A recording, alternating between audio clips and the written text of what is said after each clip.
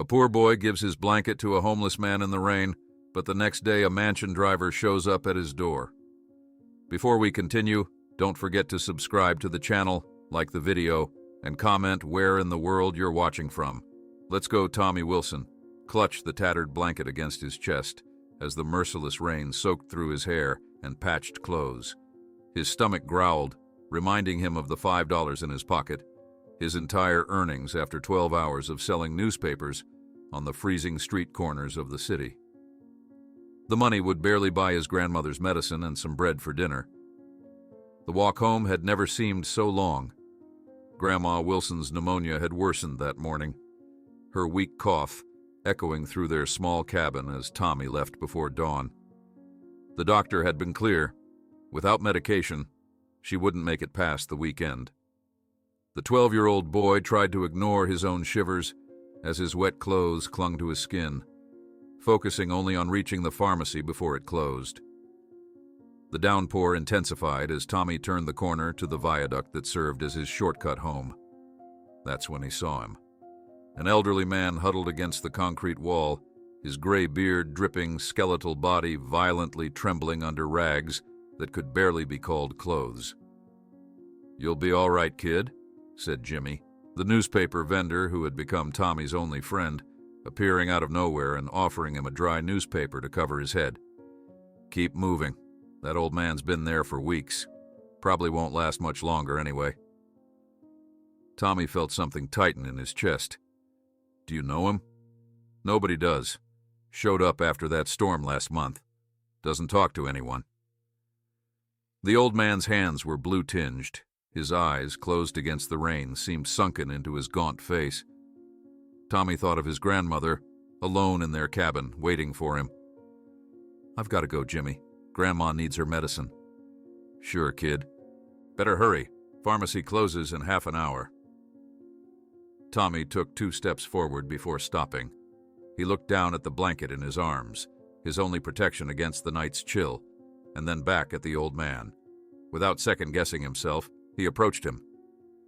"Sir, this will help keep you warm." The elderly man opened his eyes, revealing a surprisingly vivid blue amid the paleness of his face. His trembling hands accepted the blanket as tears mingled with the rain on his cheeks. "God bless you, son," he whispered in a broken voice. Tommy ran off, ignoring Jimmy's shouts. "Are you crazy? That's your only blanket!" He reached the pharmacy just as Mr. Peterson, the pharmacist, was locking up. "Wait, please," Tommy called out, his breath forming small clouds in the cold air. The middle-aged pharmacist turned, recognition softening his features. "Tommy, you're cutting it close today." "I know, sir. I'm sorry." Tommy fumbled in his pocket for the crumpled bills and loose change that represented his day's work. "It's Grandma's medicine. She's worse today." Peterson unlocked the door with a sigh. "Come in, quick. I was just about to turn off the lights." Inside, the warm air hit Tommy's face, making him realize just how cold he was. His clothes dripped onto the clean floor, creating small puddles around his worn-out shoes. "Your grandmother's prescription, right?"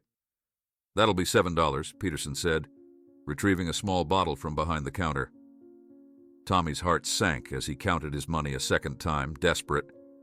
"I only have 5, Mr. Peterson. Please." The pharmacist's face fell. "I'm sorry, son, I can't just—" A siren wailed outside, cutting through their conversation. Blue and red lights from an ambulance illuminated the pharmacy's front window. Tommy watched as 2 paramedics rushed by, heading toward the viaduct. "Looks like they found another homeless person dead from hypothermia," Peterson commented grimly. "Third one this month." Tommy felt his heart freeze. Could it be the old man? No, it couldn't. He had given him the blanket. It had to be enough.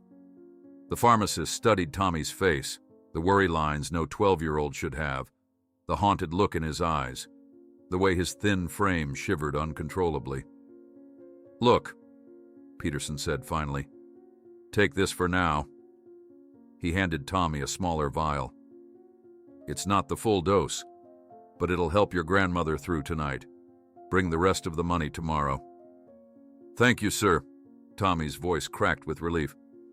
"I promise I'll bring it first thing." "I know you will. You're a good kid, Tommy." Peterson hesitated, then reached beneath the counter and pulled out a candy bar. "Here, on the house. You look like you could use it." Tommy tucked the precious medicine carefully into his inside pocket, where it would stay dry, and accepted the unexpected treat with genuine gratitude. The rain had eased to a steady drizzle by the time he left the pharmacy. Without his blanket, the cold bit deeper, and Tommy quickened his pace. The cabin was still a 20-minute walk away, in a clearing at the edge of the woods that bordered the town. His mind wandered to the old man under the viaduct. Had the blanket helped?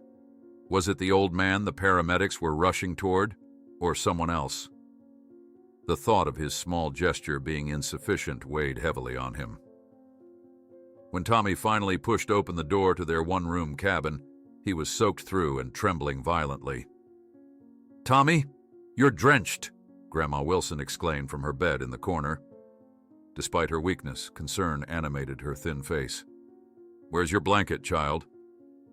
In the warm glow of their kerosene lamp, his grandmother looked frailer than she had that morning.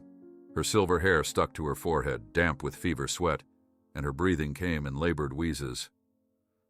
I lost it, Grandma," Tommy lied, not wanting to worry her. He placed the medicine vial on the small table beside her bed. "And I could only get half your medicine." He explained about the price increase, omitting the part about giving away his only protection against the elements. "Oh dear," she sighed. "Come here, let's find something to warm you up." Tommy changed into his only other set of clothes, a threadbare t-shirt and pants that were slightly too small, while his grandmother weakly rummaged through their meager belongings. "Here," she offered him an old jacket of his late grandfather's. "It's not as good as your blanket, but it's something." The jacket smelled of mothballs and faintly of his grandfather's pipe tobacco. Tommy wrapped it around himself, sitting on the edge of his straw mattress on the floor. "I helped someone who needed it more than me," he finally confessed, unable to keep the truth from her any longer. Instead of scolding him, she reached out with her fragile arms and pulled him close. "You have your father's heart, Tommy," she whispered, her voice raspy from coughing. "Always thinking of others before yourself." She took her medicine and settled back into her bed. Tommy stoked the small fire in their wood stove, adding the last log from their dwindling pile. Tomorrow he'd need to collect more wood before heading to sell newspapers. As his grandmother drifted into a fitful sleep, Tommy curled up on his mattress, shivering beneath the improvised cover of his grandfather's old jacket. The wind howled outside, finding its way through the cracks in the cabin walls. He thought of the blue-eyed old man and hoped the blanket was keeping him warm. Tommy was just drifting off to sleep when he heard it, persistent, knocking at their door. His first thought was that it must be the wind rattling the loose boards, but the rhythm was too deliberate. Cautiously, he approached the door. Their cabin was isolated. They rarely received visitors, especially after dark. "Who's there?" he called out, trying to sound braver than he felt. No answer came, only another series of knocks. Tommy cracked the door open, peering into the darkness. There was no one there, but as he looked down, he spotted a thick envelope on the porch floor, his name written on it in elegant handwriting. Puzzled, he picked it up and closed the door against the chill. By the stove's dim light, he opened the mysterious package. Inside was something that made his heart stop. Money. More money than he'd ever seen in one place. And a note. His hands trembled as he unfolded the paper, eyes widening as he read, "Your blanket saved more than an old body tonight. It saved my faith in humanity." The next morning, Grandma Wilson's fever spiked alarmingly. Tommy had woken before dawn, clutching the mysterious envelope to his chest, still unable to believe what had happened. $200, enough for medicine, food, and maybe even a doctor's visit. It felt like a miracle. He'd carefully counted the money 3 times before hiding most of it under a loose floorboard, taking only what he needed for the pharmacy. As he prepared a thin porridge for breakfast, he heard his grandmother's labored breathing change rhythm, becoming more ragged and shallow. "Grandma?" Tommy rushed to her bedside, placing his small hand on her forehead. She was burning up, much hotter than the previous night. "Tommy," she whispered, her eyes fluttering open but struggling to focus. "Is that you, dear?" "I'm here, Grandma. I'm going to get help." Tommy ran to their nearest neighbor, the Hendersons, whose farm was a half-mile down the dirt road. Mr. Henderson immediately set off in his truck to fetch Dr. Reynolds, while Mrs. Henderson accompanied Tommy back to the cabin. By the time Dr. Reynolds arrived, Grandma Wilson was drifting in and out of consciousness, her breathing a rattling wheeze that filled the small cabin with an ominous sound. The doctor's examination was thorough, but his expression grew increasingly grave as he listened to her lungs and checked her vitals. When he finally straightened up, the look he gave Tommy told him everything before a word was spoken. "She needs hospitalization, son. Advanced pneumonia. This home treatment won't be sufficient." Dr. Reynolds packed his stethoscope into his worn leather bag, sighing deeply. "The infection has spread significantly." "How much would it cost?" Tommy asked, clutching his grandmother's trembling hand. Dr. Reynolds glanced at Mrs. Henderson before answering, his voice gentle but firm. "More than you have, I'm afraid. Thousands of dollars." Tommy's mind raced to the money hidden under the floorboard. A fortune to him, but nowhere near enough for what the doctor was describing. "There must be something we can do," Mrs. Henderson said, placing a comforting hand on Tommy's shoulder. "I'll prescribe stronger antibiotics, but without proper hospital care." Dr. Reynolds left the sentence unfinished, the implication hanging heavy in the air. Tommy had barely returned from the pharmacy with the complete treatment when a sleek black Rolls-Royce pulled up in front of their humble cabin. The incongruity of the luxury vehicle against the backdrop of their poverty-stricken home was jarring. Mrs. Henderson, who had stayed to help care for Grandma Wilson, peeked through the curtains. "My goodness," she whispered. "Who on earth could that be?" The uniformed driver opened the rear door, and Tommy watched in astonishment as a tall, distinguished man in an impeccable suit emerged from the luxurious car. He appeared to be in his 50s, with salt and pepper hair and a posture that exuded authority. "Does a Tommy Wilson reside here?" the man asked, his polished accent matching his refined appearance. "Yes, sir," Tommy replied, stepping outside and closing the door behind him, suddenly conscious of his worn clothes and the dilapidated state of their home. "I am Charles, personal assistant to Mr. Richard Montgomery. My employer would like to meet with you immediately." "Montgomery?" Grandma Wilson's weak voice called from inside. Mrs. Henderson had opened the door slightly, allowing her to hear the conversation. "The billionaire?" "Precisely, madam," replied Charles, nodding respectfully toward the voice. "It is a matter of some urgency." Tommy's mind whirled. Richard Montgomery was a name everyone knew, the reclusive billionaire whose face occasionally appeared in newspapers and whose business empire stretched across continents. What could someone like that possibly want with him? "I can't go," Tommy protested, finding his voice. "My grandmother is sick. Very sick."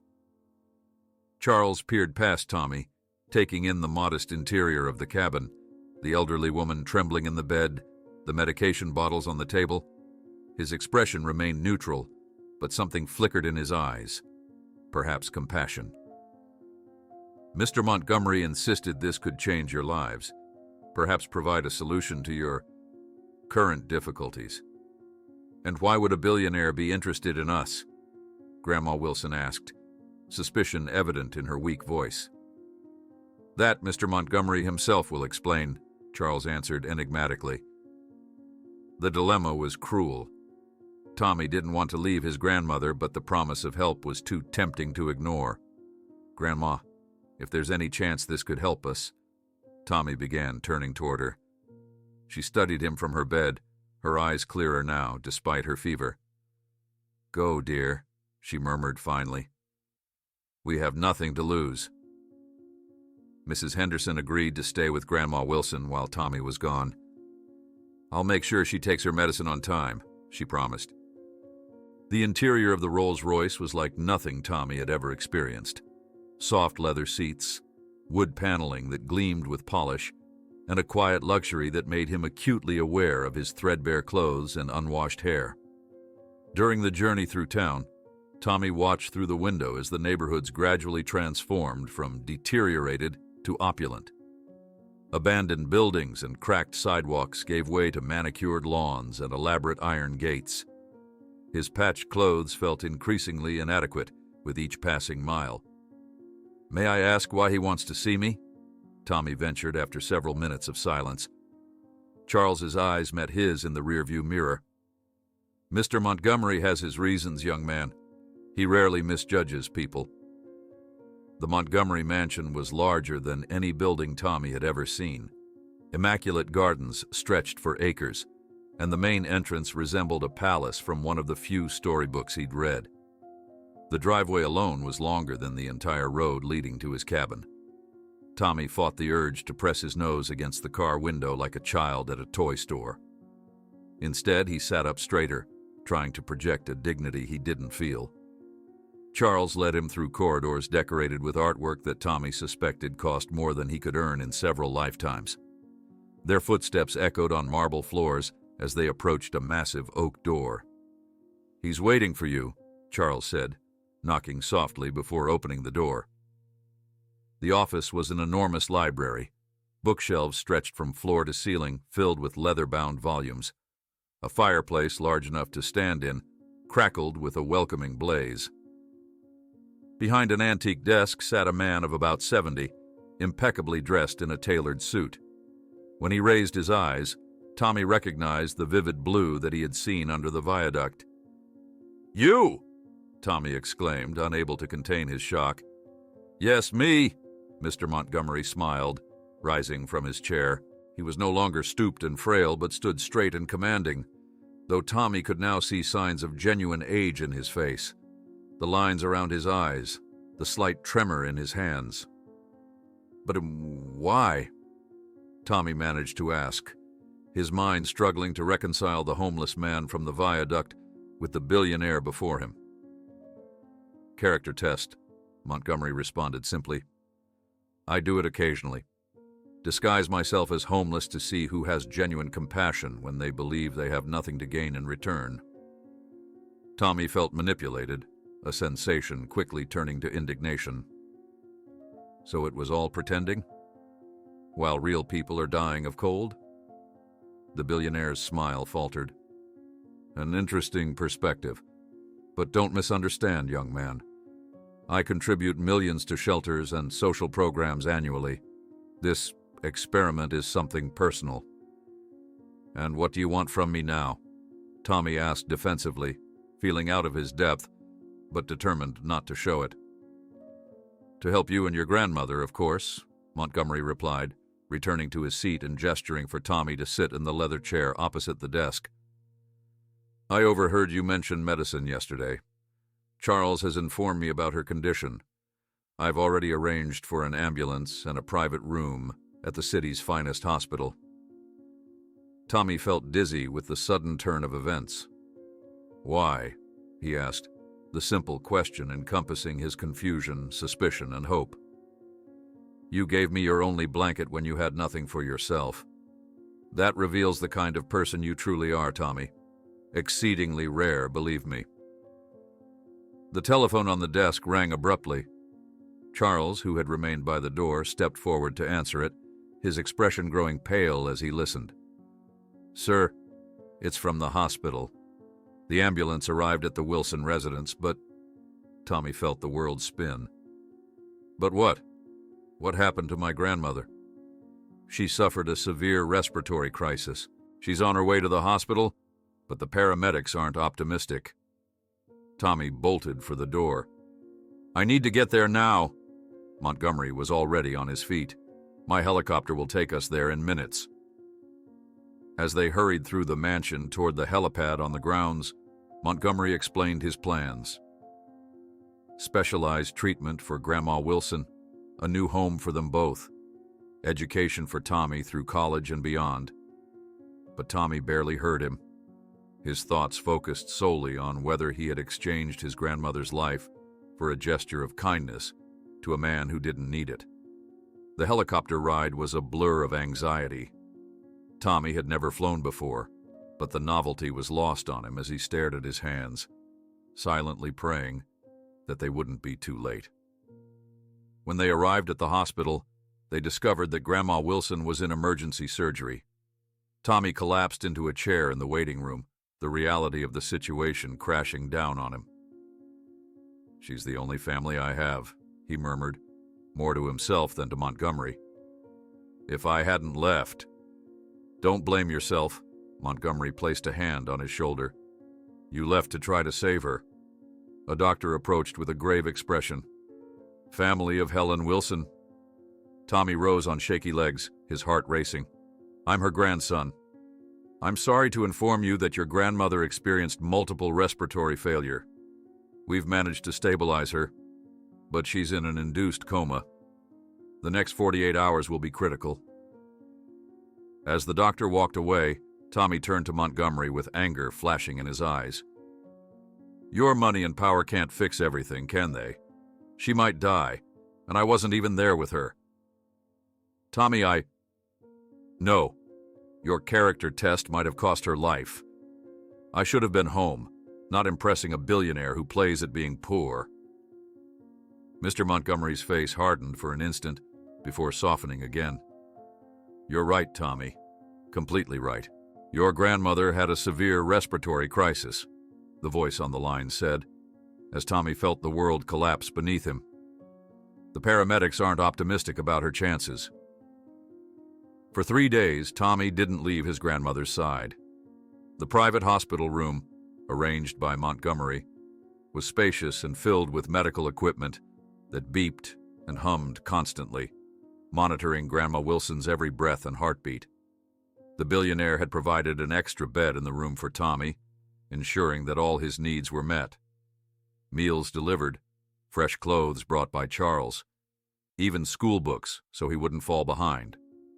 But despite these comforts, Tommy remained distant toward Montgomery, who respected the boy's anger and kept his distance, checking in only through Charles. On the morning of the 4th day, Tommy was awakened by a commotion in the hallway. A new doctor entered, followed by Grandma Wilson's current physician and 2 nurses.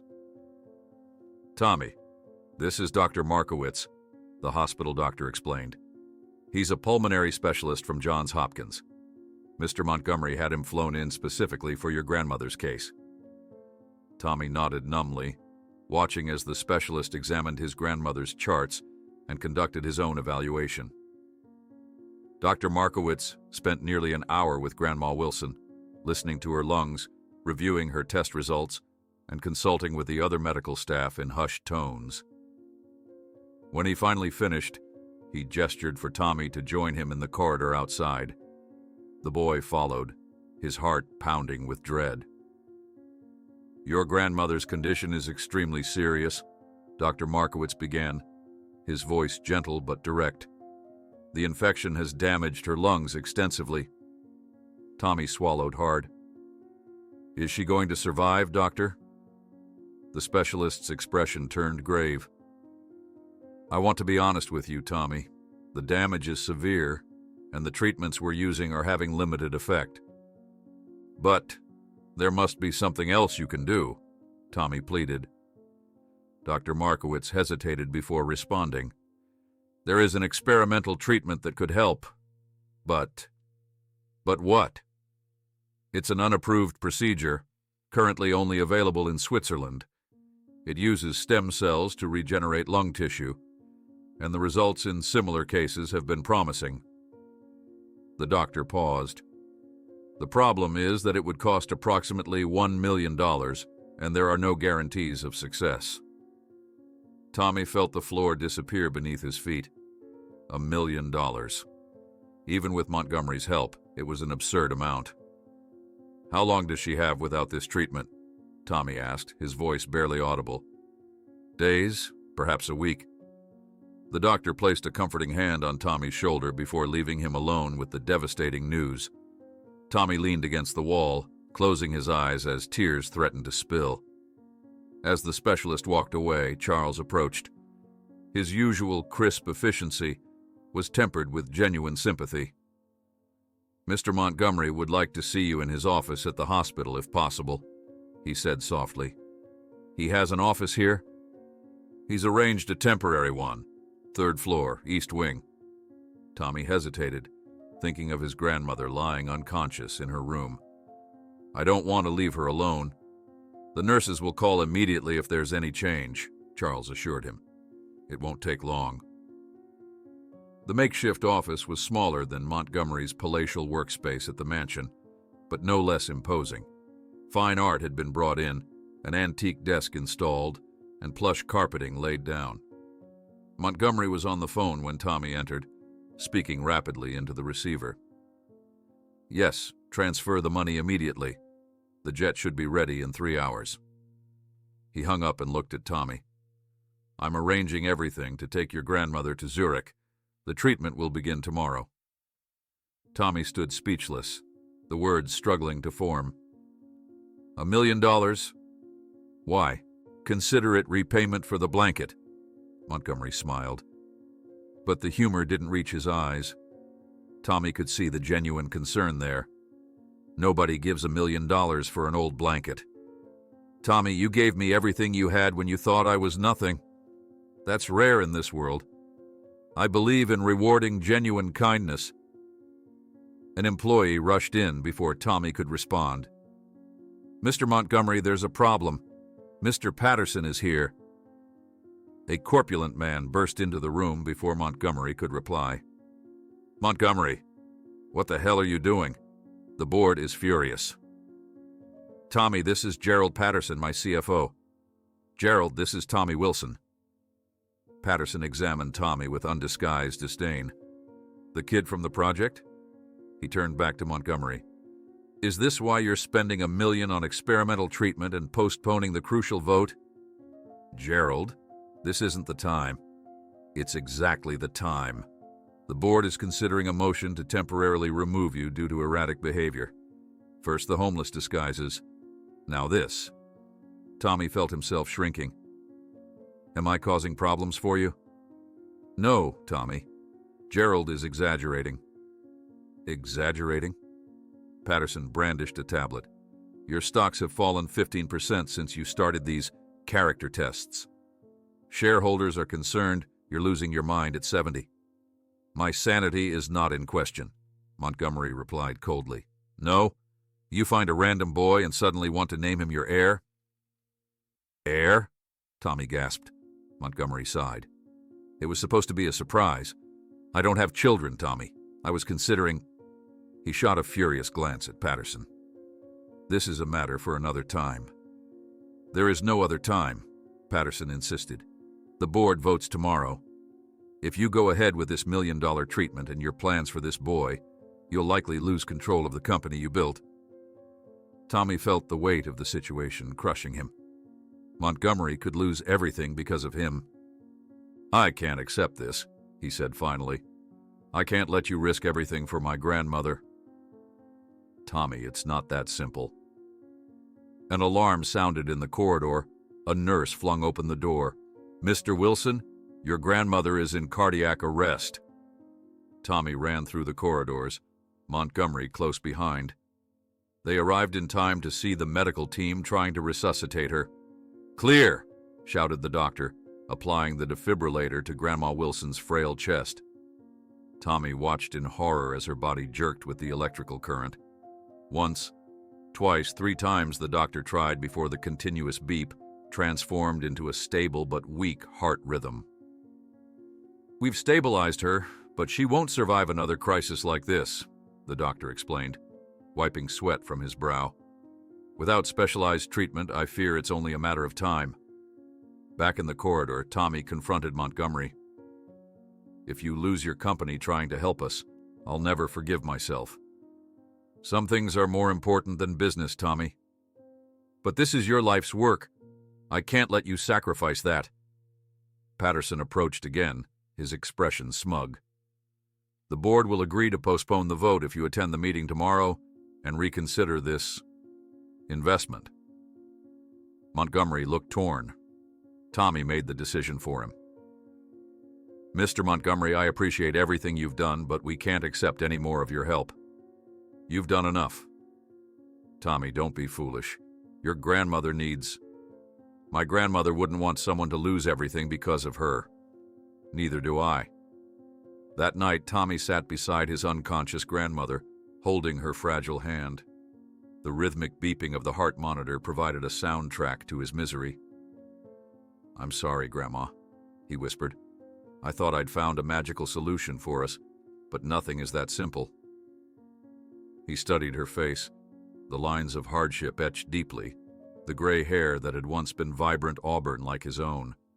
She had raised him after his parents died in a car accident when he was 4, sacrificing everything to keep him safe, fed, and loved. And now, when she needed him most, he felt utterly powerless. The doctors had stabilized her again, but they were clear. Without advanced intervention, each crisis would weaken her further until her body could no longer fight. A soft sound drew his attention to the door. An envelope had been slipped underneath. Tommy picked it up, recognizing Montgomery's elegant handwriting on the front. Inside was an airline ticket to Zurich and a card. The jet departs at 7 a.m. The decision is yours. Regardless of what the board decides, I won't regret it. R.M. Tommy looked from his grandmother to the ticket and felt the impossible weight of the choice before him. Accept Montgomery's help and potentially cost him his company, or refuse and watch his grandmother die. The minutes ticked by as Tommy wrestled with his decision. Outside the window, the city lights twinkled against the night sky, oblivious to his torment. The ticket sat in his hand, simultaneously a lifeline and a burden. He thought about what his grandmother would say. She'd always taught him that pride had no place in survival, but she'd also emphasized integrity above all else. Never take something you haven't earned, she would say, but never refuse a kindness freely given. Was this truly kindness, though? Or was it Montgomery's attempt to assuage his guilt over the character test that had gone too far? Tommy's thoughts were interrupted by the gentle clearing of a throat. Charles stood in the doorway, his usual formality softened by the late hour. I thought you might want some coffee, he said, offering a steaming cup. Thank you, Tommy replied, accepting it gratefully. Charles, can I ask you something? Of course. Has Mr. Montgomery always been... Tommy struggled to find the right words. Eccentric? Impulsive? Stubbornly determined? Charles supplied with a rare smile. All of that, I guess. Charles considered his answer carefully. Mr. Montgomery built his empire from nothing. His methods are unconventional, but his instincts about people rarely fail him. And in the 30 years I've worked for him, I've never seen him as invested in someone's welfare as he is in yours and your grandmother's. Even at the cost of his company? Especially then. Charles adjusted his tie, resuming his professional demeanor. The board meeting is at 8 a.m. The jet will wait until 7. The choice, as Mr. Montgomery said, is yours. When Charles left, Tommy returned to his grandmother's bedside. Her breathing seemed more labored than before, each intake a struggle against the inevitable. With the passport and ticket clutched in his hand, Tommy watched the clock on the wall tick inexorably toward dawn, the weight of the impossible choice pressing down on him with every passing second. With the airline ticket to Zurich weighing in his pocket like lead and the clock marking 6:45 a.m., Tommy remained paralyzed in the chair next to his grandmother's bed, torn between abandoning the man who was risking everything for them or losing the only chance to save his grandmother. At 6:45 a.m., Tommy remained frozen in his chair beside his grandmother's bed. The Zurich ticket felt like lead in his pocket, His mind raced through every possible outcome, each one more overwhelming than the last. The steady beeping of the monitors provided a rhythmic backdrop to his turmoil. The door swung open, and a medical team entered the room with purposeful efficiency. "We're here to prepare Mrs. Wilson for aeromedical transport," announced the head nurse, a woman with kind eyes and an authoritative voice. I haven't decided yet," Tommy stammered, rising from his chair. "Mr. Montgomery instructed us to proceed regardless of your decision," she replied gently. "The jet is already prepped and waiting." The team moved around Grandma Wilson's bed with practiced coordination, checking tubes, securing monitors, and preparing her for transport. Tommy stood back, watching helplessly as they worked. Charles appeared at the door, his usual composed demeanor slightly strained around the edges. "Dr. Hoffman and his team are waiting in Zurich, Tommy. It's time." "But what about the board? His company?" Tommy asked, anxiety evident in his voice. "The meeting starts in an hour. He asked me to accompany you on the flight while he deals with the shareholders." Tommy hesitated, looking at his grandmother's pale face. The decision seemed to be made for him, events moving forward with or without his consent. Perhaps this was Montgomery's way of removing the burden of choice from his shoulders. "Will he be all right? With the board, I mean." Charles's expression remained neutral. "Mr. Montgomery has faced many challenges in his career. This is just another one." Within 30 minutes, Grandma Wilson was secured in a specialized medical transport unit and loaded into an ambulance. Tommy sat beside her, holding her hand as they drove to the private airfield. The reality of everything happening still felt like a dream, or perhaps a nightmare he couldn't wake from. The Montgomery Industries jet waited on the tarmac, its sleek white body gleaming in the early morning light. Medical staff efficiently transferred Grandma Wilson from the ambulance to the aircraft, which had been converted into a flying intensive care unit. "Have you ever flown before, Tommy?" Charles asked as they climbed the stairs to board. Tommy shook his head. "Never. Under different circumstances, I'd tell you to enjoy the view." During the flight, Tommy remained by his grandmother's side. She was surrounded by monitors and equipment, attended by 2 medical specialists who constantly checked her vitals. Through the jet's window, he watched clouds drift beneath them, white islands in an endless blue sea. How had his life changed so dramatically in just a few days? "Would you like something to eat?" Charles offered, extending a tray of sandwiches that looked more appetizing than anything Tommy had eaten in years. "I'm not hungry," Tommy replied automatically, though he couldn't remember his last meal. "You'll need your strength," Charles insisted. "Your grandmother will need you strong when she wakes up." When, not if. Tommy appreciated the optimism, even if he wasn't sure he shared it. "Mr. Montgomery," Tommy began hesitantly, accepting a sandwich. "Has he always been this generous?" Charles considered the question. "He's always been a complex man. Brilliant in business, sometimes ruthless when necessary, but with a moral code that surprises those who don't know him well." "And the character tests, disguising himself as homeless?" "That started after his wife died 5 years ago. Elizabeth was his conscience in many ways. After losing her, he became more introspective, concerned with the true nature of people." Tommy digested this information along with his food. Montgomery wasn't just an eccentric billionaire. He was a grieving widower, searching for something genuine in a world where his wealth colored every interaction. In Zurich, an ambulance awaited them on the tarmac. The Swiss hospital was ultra-modern, a structure of glass and steel that seemed to emerge organically from the hillside it was built upon. Inside, everything was clean, efficient, and cutting-edge. Tommy had never seen medical technology so advanced. It made the city hospital seem outdated by comparison. Dr. Hoffman, a serious-looking man with a strong German accent, met them in a private consultation room while Grandma Wilson was being prepared for the procedure. The treatment stimulates regeneration of damaged lung tissue, he explained, showing Tommy detailed scans of his grandmother's lungs. We developed this for minors with chronic lung diseases, but we've never tested it on acute cases like hers. What are the chances? Tommy asked, fearing the answer. Honestly, 50%, but without the treatment. I understand. As his grandmother was taken to the procedure room, Tommy anxiously checked the cell phone Montgomery had given him. No news about the board meeting. Charles received a call and stepped aside to answer it. Tommy watched as the man's face paled, his usual composure slipping momentarily. Yes, sir. I understand. I'll inform young Tommy. Tommy felt his heart tighten. What happened? Did he lose the company? Charles hesitated, choosing his words carefully. Tommy, Mr. Montgomery suffered a collapse during the meeting. He's hospitalized in critical condition.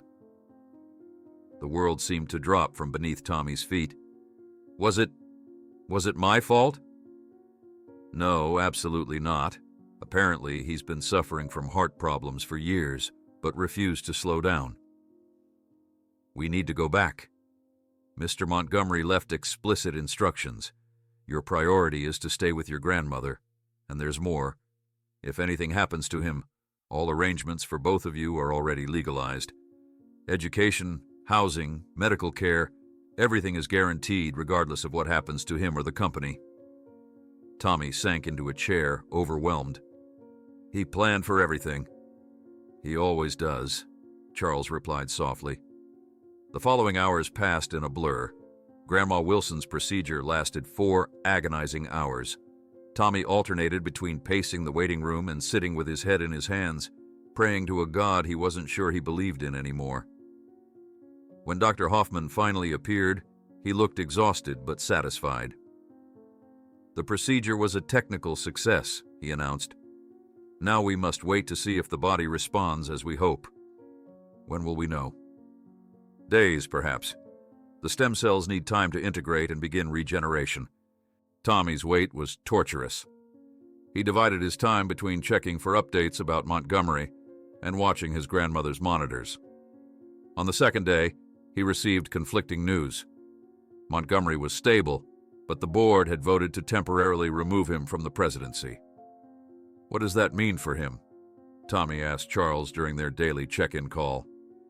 It means he retains ownership, but loses operational control for at least 6 months, pending medical clearance. And the Coberter project, our treatment? Already funded through a separate foundation he established. The board cannot touch it. On the morning of the third day, something extraordinary happened. As Tommy dozed in the chair beside his grandmother's bed, having refused the comfortable accommodations offered elsewhere in the hospital, he felt a slight pressure on his hand. Grandma Wilson's eyes were open. Tommy?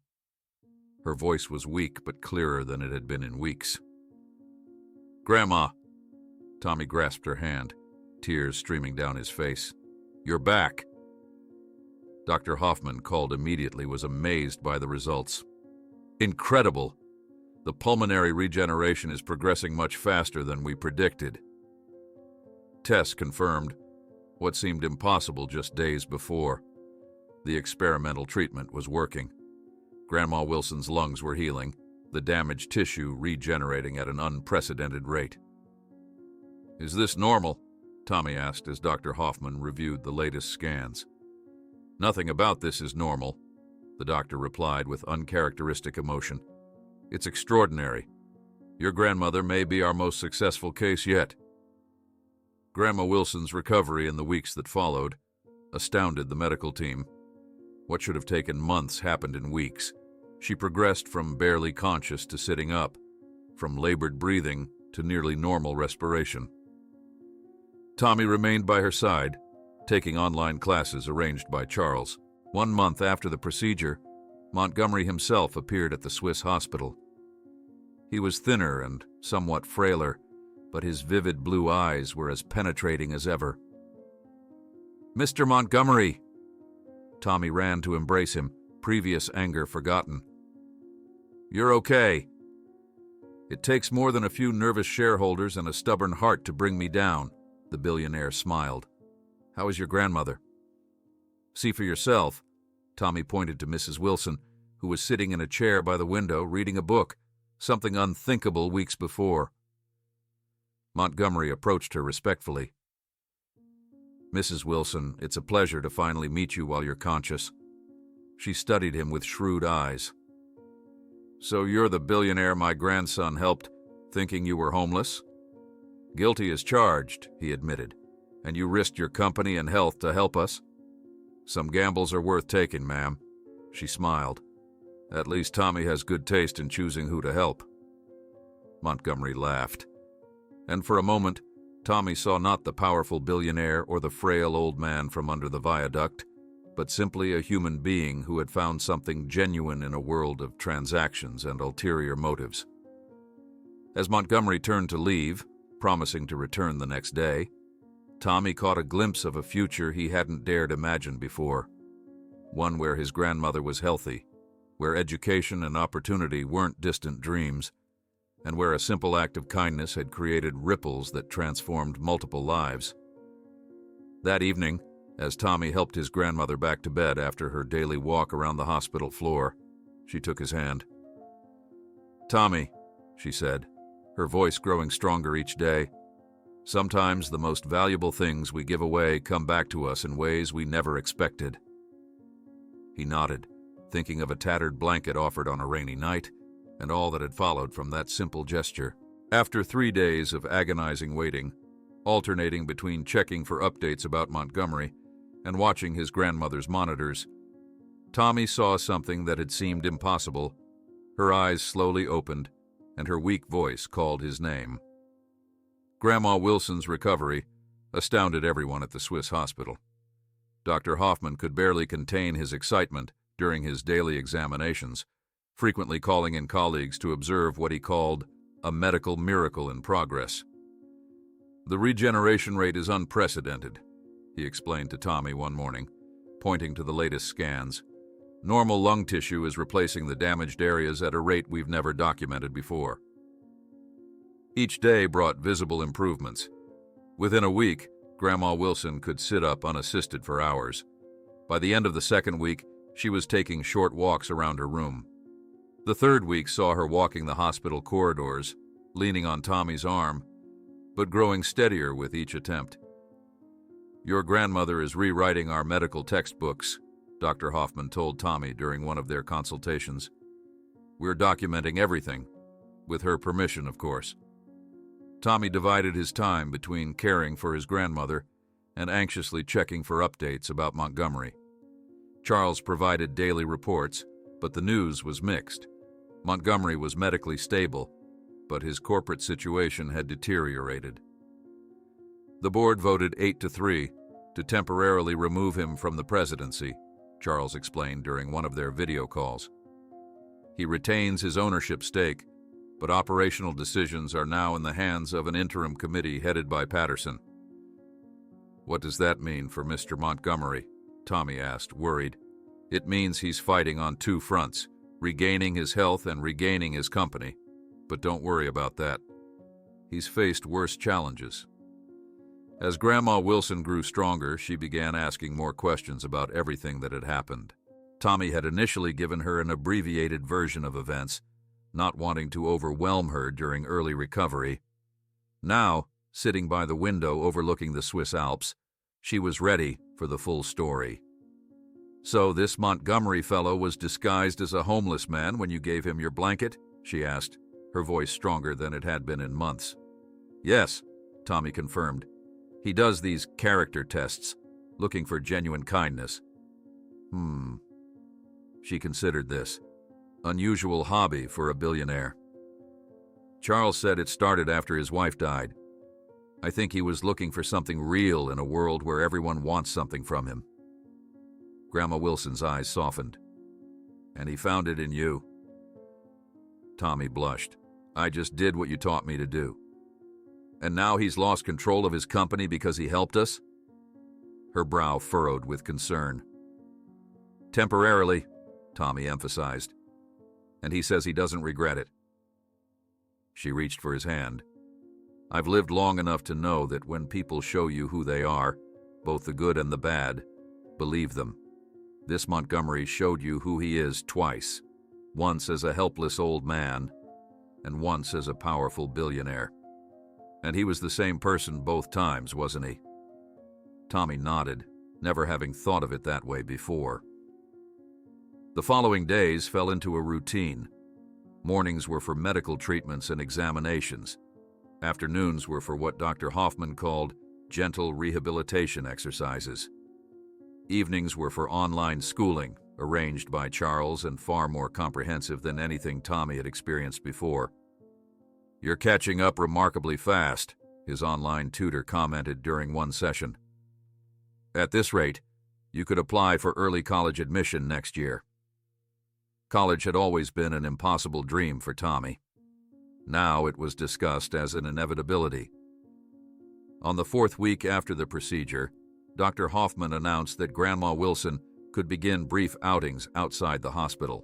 "Fresh air and gentle exercise will accelerate her recovery," he explained. "Just short walks at first, always with someone accompanying her." That afternoon, Tommy helped his grandmother into a wheelchair, still necessary for longer distances, and took her to the hospital gardens. The Swiss spring was in full bloom, with alpine flowers creating a riot of colors against the backdrop of distant snow-capped mountains. "I never thought I'd see anything like this in my lifetime," Grandma Wilson marveled, drinking in the scenery. "It's like something from a picture book." As they enjoyed the sunshine, Tommy received a message on his phone. His heart leaped when he saw it was from Montgomery himself, not Charles. "Arriving tomorrow morning. Good news to share." True to his word, Montgomery appeared at the Swiss hospital the next day. He was noticeably thinner, and his formerly impeccable suit hung slightly loose on his frame, but his vivid blue eyes were as sharp and penetrating as ever. "Mr. Montgomery," Tommy ran to embrace him, previous anger long forgotten. "You're okay. It takes more than a few nervous shareholders and a stubborn heart to bring me down." The billionaire smiled, returning the hug with surprising warmth. "How is your grandmother?" "See for yourself," Tommy pointed to Mrs. Wilson, who was sitting in a chair by the window, reading a book, something unthinkable just weeks before. Montgomery approached her with respectful deference. "Mrs. Wilson, it's a pleasure to finally meet you while you're conscious." She studied him with shrewd eyes that had seen decades of hardship and could spot insincerity a mile away. "So you're the billionaire? My grandson helped thinking you were homeless." "Guilty as charged," he admitted with a slight bow. "And you risked your company and health to help us?" "Some gambles are worth taking, ma'am." She smiled, the expression transforming her face. "At least Tommy has good taste in choosing who to help." Montgomery laughed genuinely, and Tommy realized he'd never heard the sound before. It made the billionaire seem younger, more human. "How are you feeling, Mrs. Wilson?" Montgomery asked, taking a seat opposite her. "Better than I have in years," she replied honestly. "Your doctors say I might live to be 100 now. I hope you do." He turned to Tommy. "And how about you, young man? Charles tells me you're excelling in your studies." Tommy shrugged modestly.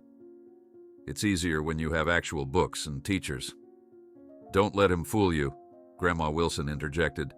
"He's always been brilliant, just never had the opportunity to show it." The three talked for hours, conversations flowing naturally between health updates, educational plans, and funny stories from Grandma Wilson's younger days. Montgomery listened with genuine interest, occasionally sharing tales of his own humble beginnings before he built his empire. As evening approached, Dr. Hoffman joined them with his team to discuss Grandma Wilson's progress and future treatment plans. "Her response continues to exceed all expectations," he announced. "I believe Mrs. Wilson can be discharged within 2 weeks, with continued outpatient monitoring." "And then what?" Tommy asked. "We can't go back to our cabin, not with Grandma's condition." "That's part of the good news I wanted to share," Montgomery said. I've arranged for a comfortable house near the city hospital back home. Single story, easily accessible with all modern amenities. It's being prepared as we speak. 3 months later, Tommy and his grandmother were fully settled in their new home on the outskirts of the city. The house was modest by Montgomery's standards, but luxurious beyond anything they had ever imagined. 3 bedrooms, modern appliances, a garden out back, and most importantly, medical equipment that allowed for monitoring Grandma Wilson's progress without constant hospital visits. Tommy had started at a prestigious private school, where he was rapidly catching up to his peers despite years of educational disadvantage. The initial awkwardness of being the charity case faded as his natural intelligence and work ethic won the respect of both teachers and classmates. Grandma Wilson's recovery continued to astonish her doctors. Though she still tired easily and required regular checkups, she could now manage most daily activities independently. She had even started a small flower garden, something she'd always wanted, but never had space or time for. Montgomery visited them regularly, his own health gradually improving after following his doctor's advice to reduce his workload. Although he remained removed from daily operations at Montgomery Industries, he had retained his board seat and was slowly rebuilding alliances. During one of these dinner visits, as they enjoyed a meal prepared by a part-time housekeeper Montgomery had insisted on providing, he made an unexpected announcement. "The treatment that saved Helen," he began, using Grandma Wilson's first name as they had all grown comfortable doing, "is being patented now for global distribution. The profits will fund free treatments for people without resources." "That's wonderful," Tommy exclaimed, genuinely thrilled at the news. "There's more. We're calling it the Blanket Project. Each donated treatment will bear the name of someone who performed an anonymous act of kindness." Tommy blushed deeply. "I didn't do anything special." "On the contrary," Montgomery smiled. "You reminded me of what truly matters. My company is now dedicating 30% of profits to social causes, starting with shelters for the homeless." "How did you convince the board?" Grandma Wilson asked, always practical. Let's just say Patterson found himself outmaneuvered when certain connections between him and pharmaceutical companies that would lose billions if our treatment became widely available came to light. The 3 shared a knowing smile, and as they continued their meal, Tommy felt a sense of peace he'd never known before. His grandmother was healthy. He had educational opportunities, and most surprisingly, he had found a mentor and friend in a man he once thought represented everything wrong with the world. That night, after Montgomery had left and Grandma Wilson had gone to bed, Tommy sat on the back porch, looking up at the stars. He thought about the tattered blanket he'd given away that rainy night. How could he have known that such a small gesture would create ripples that transformed not just his life, but potentially thousands of others? His phone buzzed with a text from Montgomery. "Stanford Medical School has an early admission program I think you should consider. We'll discuss when you're ready." Tommy smiled to himself. The future, once so bleak and limited, now stretched before him full of possibilities he was only beginning to imagine. His phone rang. It was Montgomery. "How's the most promising future doctor in the country doing?" the billionaire asked without preamble.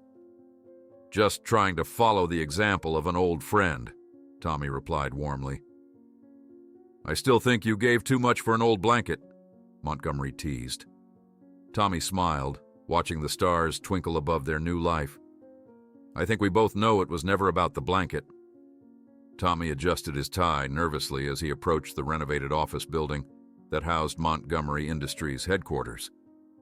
8 years had passed since that rainy night when he'd given away his only blanket, but the memory remained vivid. Now 20 years old, and in his second year of medical school, Tommy had grown into a confident young man with a purposeful stride and clear eyes that reflected both intelligence and compassion. The receptionist recognized him immediately. "Mr. Wilson, Mr. Montgomery is expecting you. Please go right up." Unlike his first visit years ago, Tommy now navigated the building with familiarity. The security guards nodded respectfully as he passed, and executives offered friendly greetings. He was no longer an outsider, but someone known to be in Montgomery's inner circle. When he entered the executive floor, Tommy noticed the transformation immediately. Gone were the sterile, imposing decorations. The walls now displayed photographs and news articles featuring the Blanket Project's successes around the world. Children breathing freely after treatment, families reunited, medical teams cutting ribbons at new facilities. "Tommy!" Montgomery rose from behind his desk, arms outstretched. The years had etched deeper lines into his face, but proper medical care had restored much of his vigor. His trademark blue eyes remained as piercing as ever. "It's good to see you, sir," Tommy replied, accepting the embrace. It still felt strange sometimes, this friendship between a billionaire and a boy who had once sold newspapers on street corners. "Sir, I thought we were past that," Montgomery chuckled. "How many times must I insist you call me Richard?" "At least once more," Tommy smiled. It was their running joke. Montgomery gestured toward a chair. "How's medical school treating you? Top of your class still?" "Second in neuroscience, but first in cardiology," Tommy admitted with a modest shrug. "Your grandmother must be bursting with pride." "She tells everyone at her garden club that her grandson is going to cure cancer, even though I keep explaining that's not exactly my field." They shared a laugh, both thinking of Helen Wilson, who at 78 had become an energetic volunteer coordinator for the Blanket Project's community outreach programs. "So," Tommy said, his expression turning serious, "your message mentioned something urgent about the project's next phase." Montgomery nodded. Rising to activate a wall-sized screen, maps appeared, highlighting locations across Asia, Africa, and South America. 8 years ago, we started with one treatment to save one person, Montgomery began. Today, the Blanket Project operates 16 clinics globally and has treated over 20,000 patients. Tommy nodded, pride swelling in his chest. He'd worked at 3 of those clinics during summer breaks, witnessing firsthand the impact of their work. "But we've only scratched the surface," Montgomery continued. "The technology we developed for your grandmother has evolved. Dr. Hoffman's team has adapted it to treat not just pneumonia but dozens of respiratory conditions, asthma, COPD, even certain types of lung cancer." He manipulated the screen to show architectural renderings of hospitals, modern, efficient designs with distinctive blanket-patterned facades. "I want to build a network of free hospitals using this technology," Montgomery stated. "Not clinics. Full-service medical centers in regions where respiratory disease rates are highest due to pollution, poor working conditions, or limited healthcare access." Tommy leaned forward, studying the plans. "This is massive. We're talking billions of dollars. $23 billion to be exact," Montgomery confirmed. "Funded primarily through my personal holdings, not the company." Tommy noticed Montgomery discreetly reaching for a small pill bottle in his desk drawer, extracting a tablet, and swallowing it with a sip of water. The action was swift, practiced, clearly intended to be unnoticed. "Your heart medication?" Tommy asked quietly. Montgomery looked up, momentarily surprised before a resigned smile crossed his face. "I sometimes forget you're a medical student now." "Yes, my cardiac condition requires more maintenance these days." "How bad is it?" Montgomery sat heavily in his chair. "That's part of why I wanted to see you today. I've been diagnosed with advanced cardiomyopathy. The damage from my collapse years ago was more extensive than initially believed." Tommy felt his chest tighten. "Treatment options? Limited. I'm not a candidate for transplant at my age. The specialists give me approximately 1 year." The blunt assessment hung in the air between them. Tommy processed the information with the clinical part of his brain, while his emotions churned beneath the surface. "I'm sorry," he finally managed. "Are you in pain?" "Not significantly. More tired than anything else." Montgomery waved his hand dismissively. But my condition accelerates our timeline. I need to transfer substantial assets to the foundation before the board discovers the severity of my condition. Why would that matter? Because once they know I'm terminal, they'll fight to prevent any major asset transfers. Montgomery's expression hardened. Patterson may be gone, but his protégés remain on the board. They've never embraced the charitable direction. Tommy frowned. Is that legal? Transferring assets without disclosing your condition? I built this empire to make a difference, Tommy, not to enrich shareholders who see quarterly profits as the only measure of success. Montgomery's voice carried the conviction that had made him a business legend. Everything I'm doing is within my legal rights as majority shareholder, even if it pushes ethical boundaries by their standards. He rose and walked to the window, gazing out at the city skyline. I need someone I trust completely to lead the medical aspects of this project after I'm gone. Someone who understands both the science and the human element. Tommy felt the weight of what was being asked. You want me to take over after I graduate? Yes. Montgomery turned back to face him. The foundation would fund your final years of medical school and residency with the understanding that afterward, you'd become chief medical officer of the Blanket Hospital Network. Tommy's mind raced. This wasn't just a job offer. It was a life direction that would fundamentally alter his carefully planned future. I've been planning to specialize in neurosurgery, he said quietly. It's been my goal since freshman year. Montgomery nodded. I know, and you'd be brilliant at it. I'm asking you to consider a different path, one where you might help thousands rather than hundreds. I need time to think about this. Of course, but not too much time, Montgomery reminded him gently. They spent the next hour reviewing the plans in detail, locations selected based on need, staffing requirements, operational budgets. The scope was breathtaking, yet meticulously planned down to the smallest detail.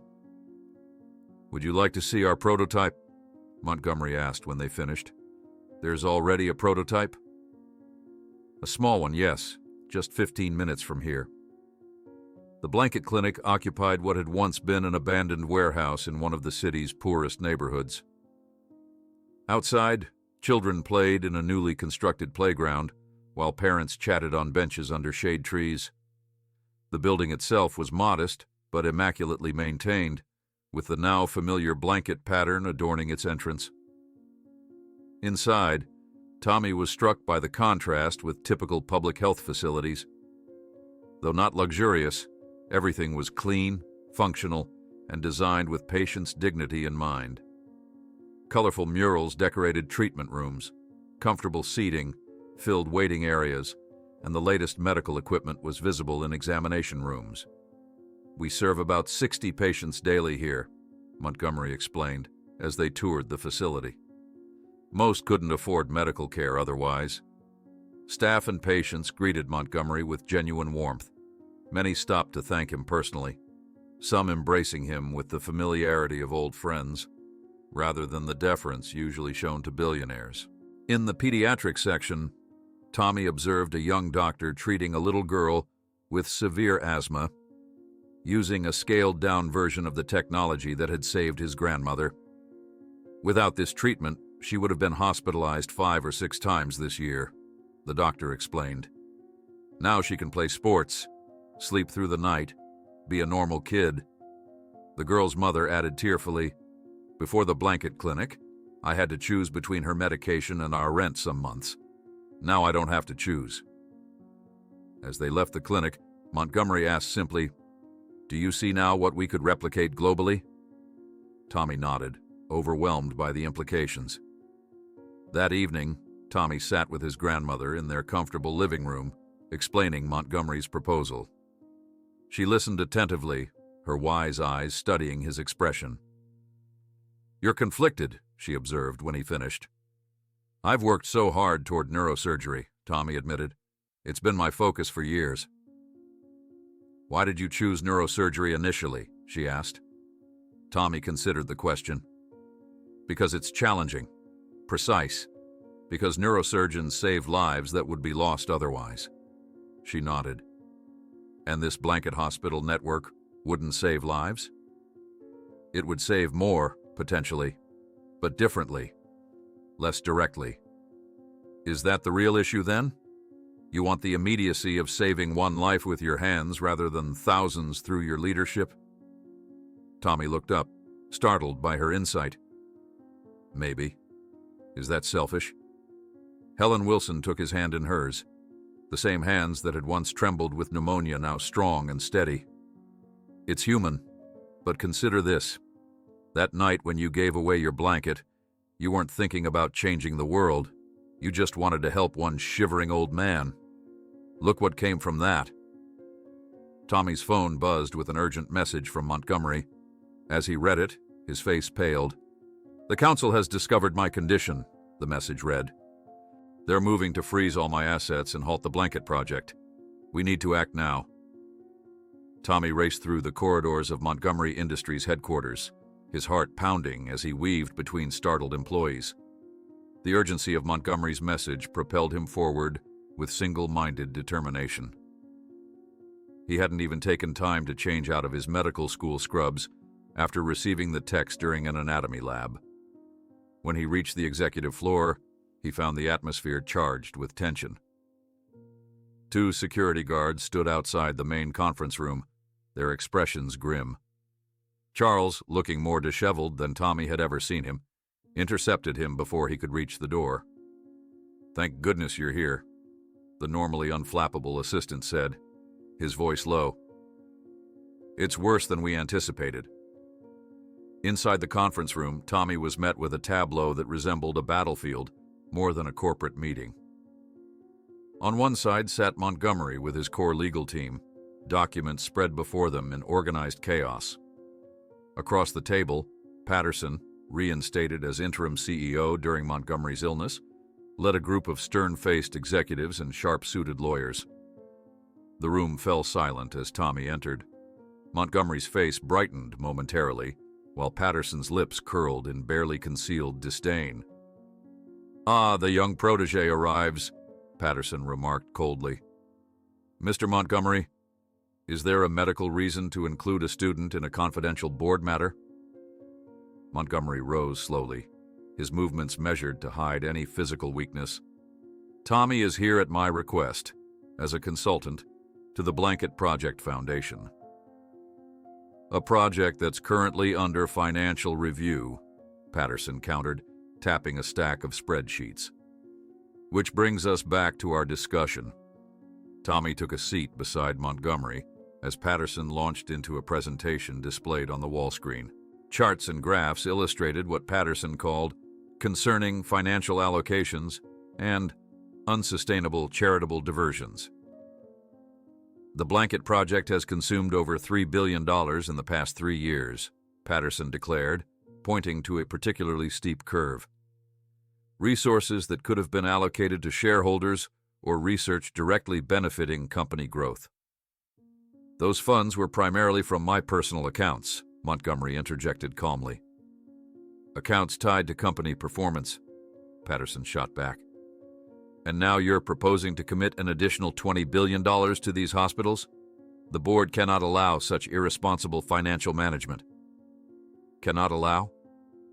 Montgomery's voice remained even, but Tommy noticed his hand tightening around his water glass. "I remain majority shareholder." Patterson's smile didn't reach his eyes.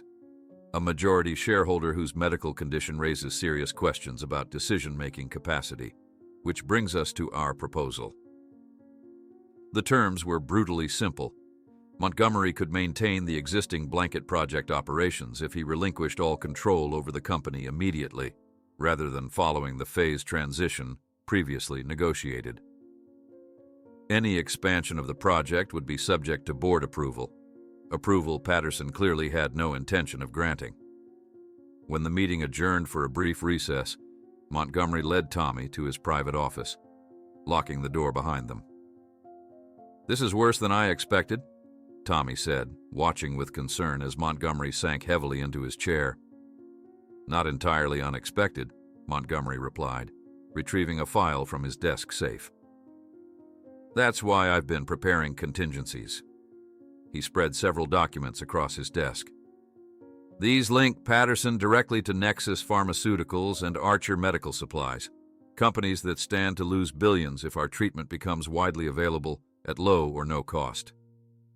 Tommy studied the papers, financial transfers, offshore account records, email correspondences. He's being paid to block the project?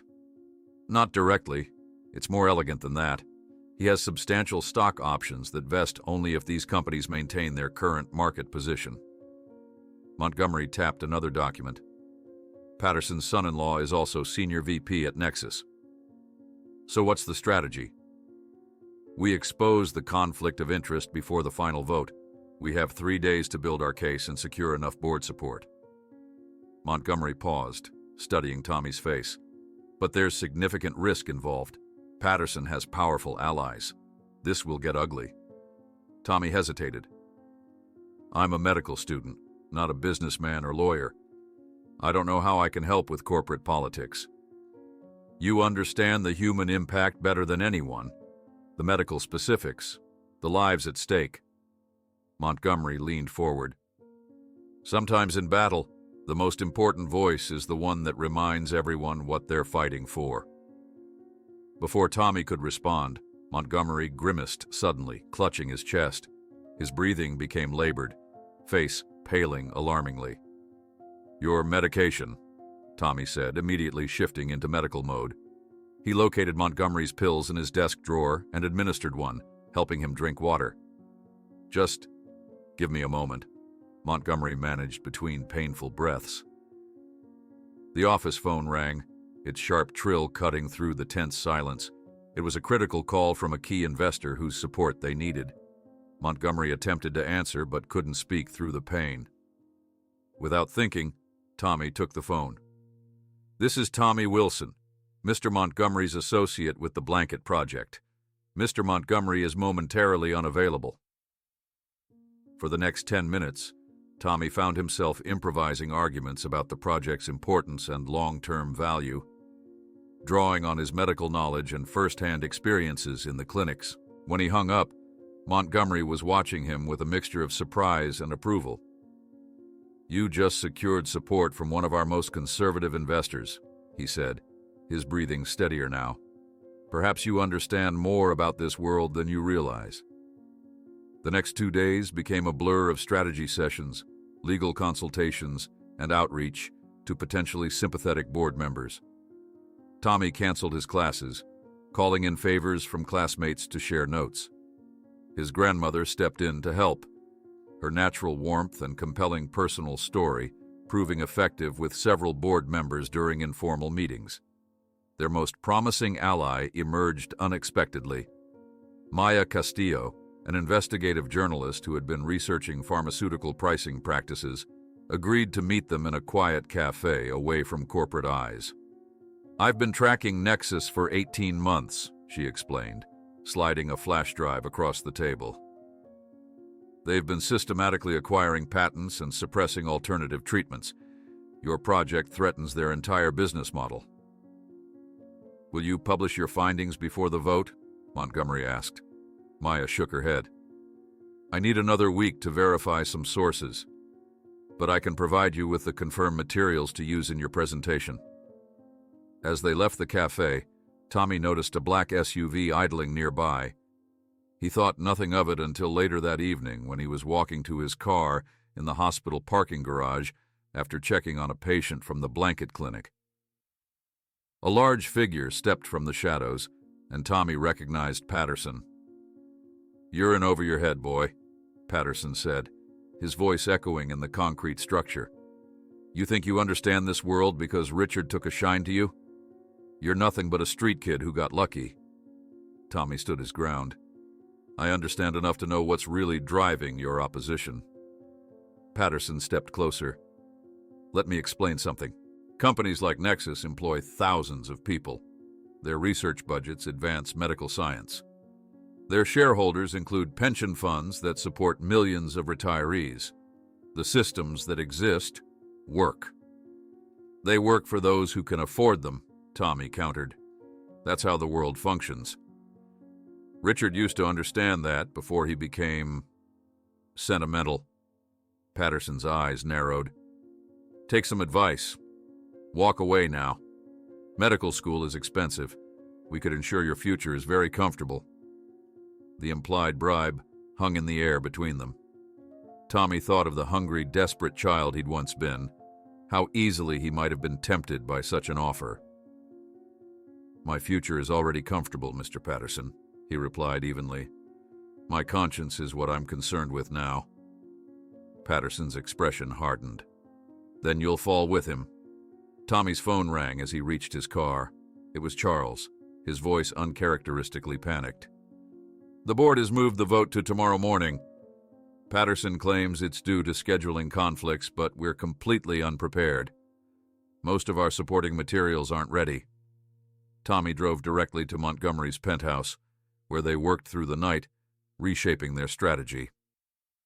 Montgomery, despite his obvious fatigue, remained focused and determined. By dawn, they had assembled what arguments they could, but both knew their position was weakened. At least we'll go down fighting, Montgomery said, as the sunrise painted his living room in golden light. We're not going down, Tommy insisted. I've been thinking about my grandmother's recovery, how the doctors initially said it was impossible. Sometimes the situations that seem most hopeless produce the most extraordinary outcomes. Montgomery smiled. Your optimism reminds me why this fight matters. He stood to prepare for the meeting, but suddenly clutched the back of a chair, his face contorting in pain. Within seconds, he collapsed to the floor. Richard! Tommy rushed to his side, checking his pulse. It was rapid and irregular. I'm calling an ambulance. The paramedics arrived quickly, confirming what Tommy already suspected. Another cardiac episode, more severe than previous ones. As they loaded Montgomery into the ambulance, he grasped Tommy's hand. The meeting, he gasped. You have to go. Take my proxy. I need to come with you to the hospital, Tommy protested. No time for both. Montgomery gestured weakly to Charles, who produced a legal document from his briefcase. Full proxy power. You speak for me now. Tommy looked from the document to Montgomery's pale face, understanding the enormity of what was being entrusted to him. With this paper, he would legally represent Montgomery's voting shares, the deciding votes in the future of both the company and the Blanket Project. I don't know if I can... You can, Montgomery interrupted with surprising strength. You must. As the ambulance doors closed, Charles handed Tommy the signed proxy and a USB drive containing their presentation materials. The car is waiting to take you to the meeting. It starts in 1 hour. Alone in the hospital waiting room, Tommy held the proxy that made him Richard Montgomery's legal representative, while the clock counted down the 12 hours remaining before a meeting that would decide not just the project's fate, but potentially the lives of millions of patients who would never be able to afford treatment otherwise. Tommy stood in the corporate bathroom, adjusting the borrowed suit that hung awkwardly on his lean frame.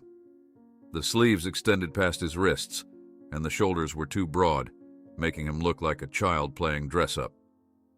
Charles had rushed to provide Montgomery's backup suit from his office closet, but the billionaire's larger build made for an imperfect fit. Just roll up the sleeves slightly, Charles suggested, demonstrating the technique. And remember, appearance is secondary. Your words and conviction are what matter today. Tommy nodded, trying to calm his racing heart. In minutes, he would face Montgomery Industries' full board of directors, 12 of the most influential business leaders in the country, armed with nothing but a proxy document, a hastily prepared presentation, and his belief in the Blanket Project's importance. Any last advice? Tommy asked, straightening his tie for the third time. Let the lawyers do most of the talking, Charles instructed. Just nod and appear confident. Only speak when directly addressed, and keep your answers brief and deferential. The gravity of the situation pressed down on Tommy. Montgomery was fighting for his life in a hospital across town, while Tommy prepared to fight for his legacy in this gleaming corporate tower. "Is there any update on his condition?" Tommy asked. Charles checked his phone. "Stable but critical. The doctors are cautiously optimistic."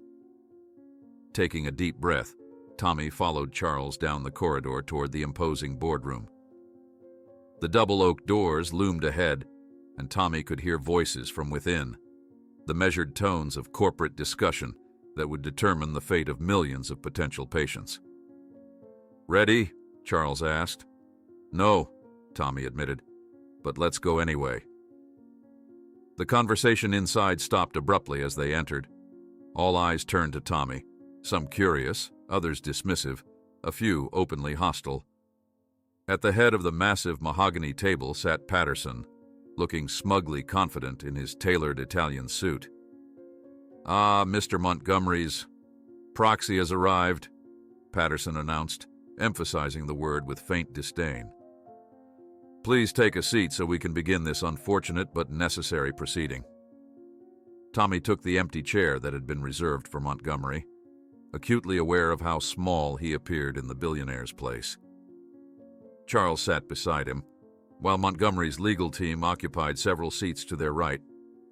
"For the record," Patterson began formally, "this emergency session has been called to address concerns regarding Mr. Montgomery's continued capacity to make sound financial decisions for Montgomery Industries, particularly regarding the allocation of company resources to the so-called Blanket Project."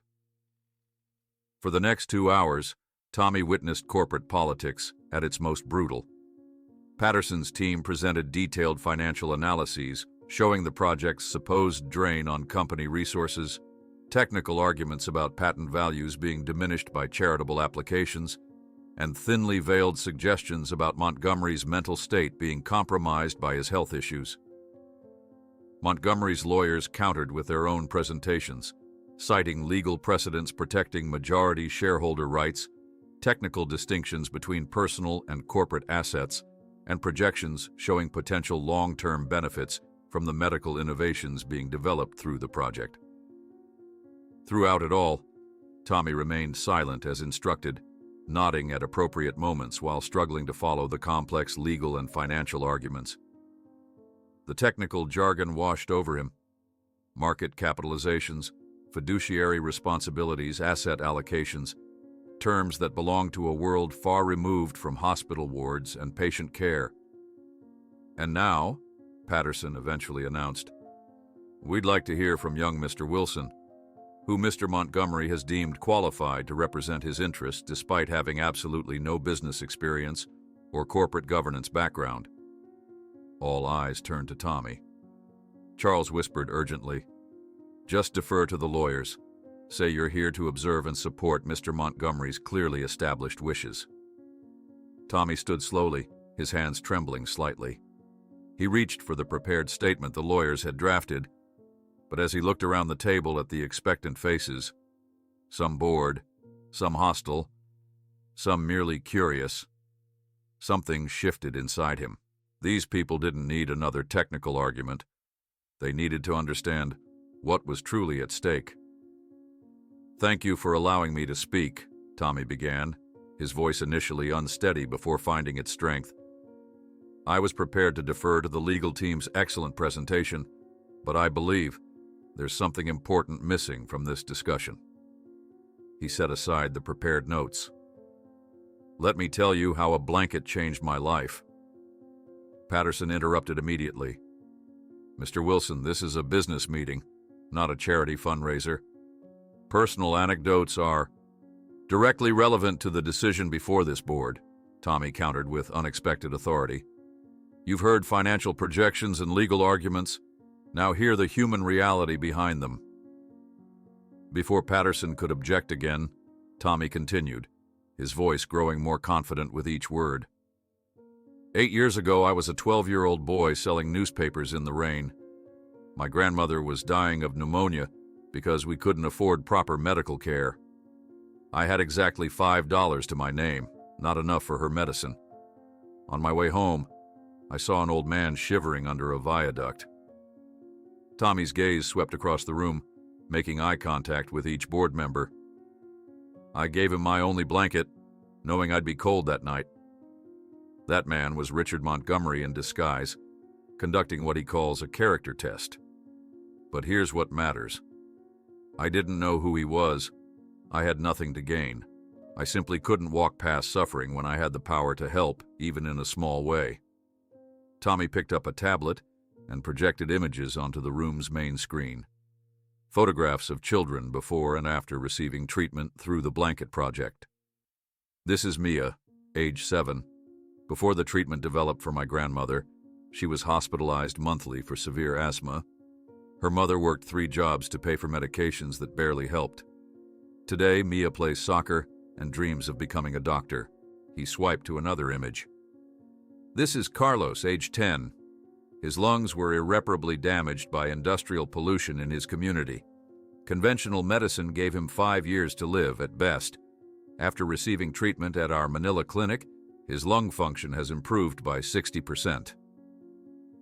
The room remained silent as Tommy continued showing image after image, sharing brief stories of lives transformed by the project. Some board members shifted uncomfortably in their seats. Others leaned forward with growing interest. The question before you isn't just about financial allocations or corporate governance, Tommy said. It's about what kind of company Montgomery Industries chooses to be. Richard Montgomery built this empire from nothing, but he never forgot what it means to have nothing. He understands that true wealth isn't measured by what you keep, but by what you give when it matters most. Tommy noticed one elderly board member, Mrs. Winters, discreetly wiping away a tear. "Young man," she said when he paused, "I appreciate your passion, but businesses aren't charities. We have obligations to shareholders." "My daughter had cystic fibrosis," Mrs. Winters continued, her voice barely above a whisper. "She died 20 years ago at age 16. The treatment you're developing now might have saved her." A painful silence filled the room. Patterson attempted to regain control. "Emotional stories don't pay dividends, Mrs. Winters. We all sympathize, but not everything in life should be measured by dividends, Mr. Patterson," she interrupted sharply. "I've sat on this board for 15 years. In that time, our share price has increased 20-fold, and our dividends have never been interrupted. Perhaps we can afford to measure success by more than one metric." The atmosphere in the room had shifted, palpably. Several board members who had seemed firmly in Patterson's camp now appeared thoughtful, even conflicted. "I move we proceed to a vote," said another board member, a usually quiet man who rarely spoke at meetings. Patterson looked alarmed but couldn't reasonably object to following proper procedure. "Very well. The motion before the board is to temporarily remove Richard Montgomery from operational control and halt all further investment in the Blanket Project pending complete financial review." "All those in favor?" Patterson asked, raising his own hand immediately. 4 other hands rose swiftly. A 5th wavered, then joined them. "All those opposed?" 6 hands raised decisively, including Mrs. Winters. The room fell silent as everyone realized the vote was deadlocked at 6-6. "In the event of a tie," Patterson announced with poorly concealed satisfaction, "board bylaws dictate that the current acting CEO, myself, casts the deciding vote. I vote in favor of the motion." Tommy felt his heart sink. After everything, they had lost by the narrowest possible margin. As Patterson began to announce next steps, Charles's phone vibrated. He checked it, then whispered something to Montgomery's lead lawyer, who immediately stood. "Point of order," the lawyer announced. "The bylaws indeed give the acting CEO a tie-breaking vote, except in matters directly involving the majority shareholders' rights, where a supermajority of 8 votes is required for any action limiting those rights." Patterson's face flushed with anger. "That's a misinterpretation." "It's explicitly stated in Amendment 4, Section 12 of the Corporate Charter," the lawyer countered, displaying the relevant text on the main screen. "Enacted by Mr. Montgomery, precisely to prevent this type of situation. The room erupted in murmurs and whispered consultations. After several minutes of heated debate and document review, the corporate counsel confirmed the lawyer's interpretation. The motion fails for lack of required supermajority, he announced formally. Tommy left the boardroom in a state of shock, running toward the hospital to tell Montgomery that, by a single bylaw provision, they had managed to save the blanket project, but the conditions imposed by the board might make their victory more bittersweet than they had imagined. Tommy burst through the hospital doors, rushing past the reception desk with a hasty flash of his student ID badge. His borrowed suit jacket flapped behind him as he navigated the familiar corridors toward the cardiac care unit. The victory at the board meeting still felt surreal, tempered by the knowledge that they had won by the narrowest of margins. When he reached Montgomery's room, he paused in the doorway, momentarily taken aback by the sight. Despite the sophisticated medical equipment surrounding the bed, Montgomery looked smaller somehow, more vulnerable than Tommy had ever seen him. But his eyes, those piercing blue eyes, lit up when he spotted Tommy. "From your expression, I'm guessing we didn't lose completely," Montgomery said, his voice weaker than usual but still carrying that characteristic dry humor. Tommy moved to the bedside chair. "We won, barely.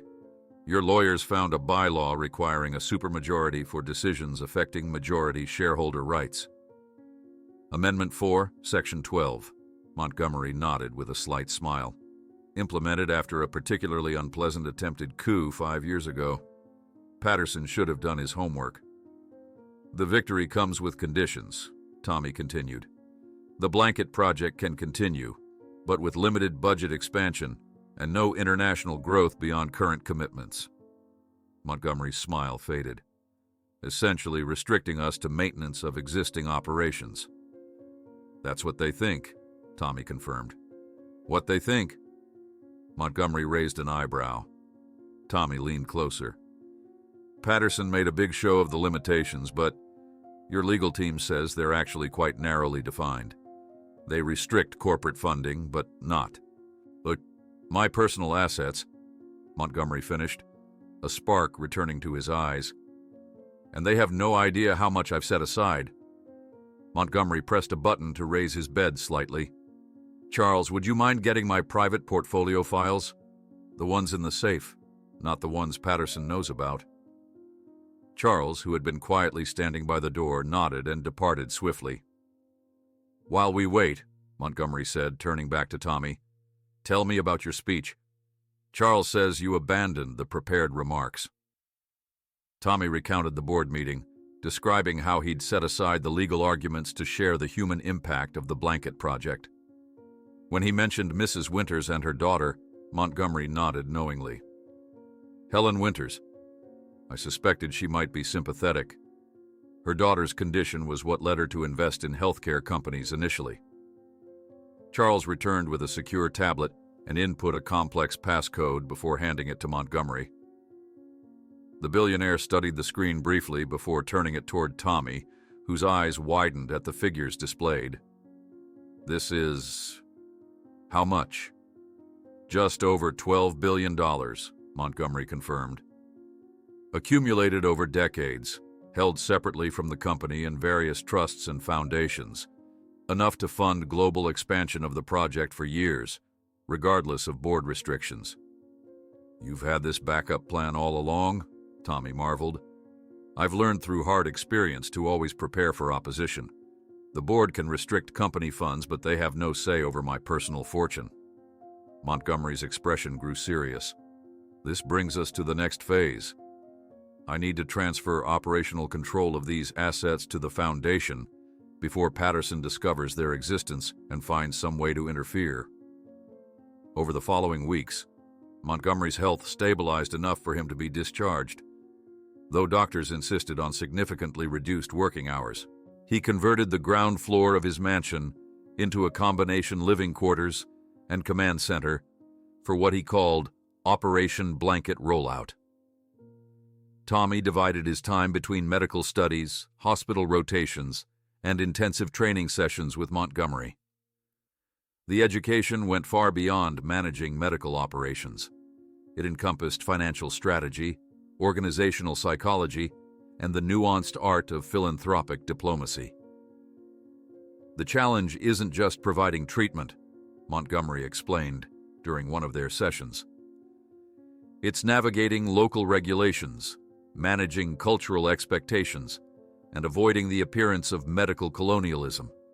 We don't want to be seen as wealthy Westerners imposing our solutions. Tommy absorbed these lessons eagerly. His initial reluctance about shifting away from neurosurgery had given way to growing excitement about the project's potential global impact. His natural aptitude for medicine, combined with an empathy born from his own experiences of poverty, made him an ideal student for the complexities of global health initiatives. One evening, as they reviewed architectural plans for a new facility in Indonesia, Montgomery suddenly asked, "Do you know why I was under that viaduct the night we met?" Tommy looked up, surprised by the personal question. Montgomery rarely discussed his character tests. "I'd assumed it was random," Tommy replied. Montgomery shook his head. "That particular location. My brother died there in 1964. He was 16, I was 14. We were homeless after our parents died, and he got pneumonia during a winter storm. I couldn't afford medicine or even a decent blanket for him." Tommy was stunned into silence. In all their years of growing closeness, Montgomery had never mentioned a brother. "I visit that spot every year on the anniversary of his death," Montgomery continued. "Usually I just leave flowers, but that night, the night we met, I decided to experience it as he had. To remember what real need feels like when you're surrounded by abundance." "I had no idea," Tommy said softly. "Very few people do. My official biography mentions only that I was orphaned young." Montgomery straightened in his chair, visibly pushing back the emotion. "The point is, this project isn't just a charitable impulse born from an old man's guilt or sentimentality. It's addressing a need I understand intimately." The depth of their connection took on new meaning for Tommy. What had seemed like chance, a random encounter between a poor boy and a disguised billionaire, now appeared more like destiny. As the months passed, Montgomery's health remained stable but fragile. He tired easily and occasionally experienced concerning cardiac symptoms that sent him back to the hospital for brief stays. During these absences, Tommy increasingly took the lead in project planning and implementation. "You're a natural at this," Charles commented, after Tommy successfully negotiated a complex regulatory approval for their Bangkok facility. "I've worked with Mr. Montgomery for decades, and I've never seen anyone else grasp his vision so completely." Tommy's grandmother began accompanying him to planning meetings, offering her practical wisdom and grounding perspective. Her remarkable recovery had made her something of a legend among the project's medical staff, and her first-hand experience as a patient gave her insights that even the most skilled doctors sometimes overlooked. During one particularly productive strategy session, as they finalized plans for the first 5 global hospitals, Montgomery received an urgent call from his cardiologist. "The latest test results aren't good," he informed them after ending the call. "The medication is becoming less effective. They want to adjust my treatment protocol immediately." Tommy recognized the gravity in his tone. "How long?" "Without intervention, 6 months. With aggressive treatment, perhaps a year." Montgomery's matter-of-fact tone couldn't quite mask his frustration. "Not enough time to see all this through to completion." "Then we accelerate the timeline," Tommy said decisively.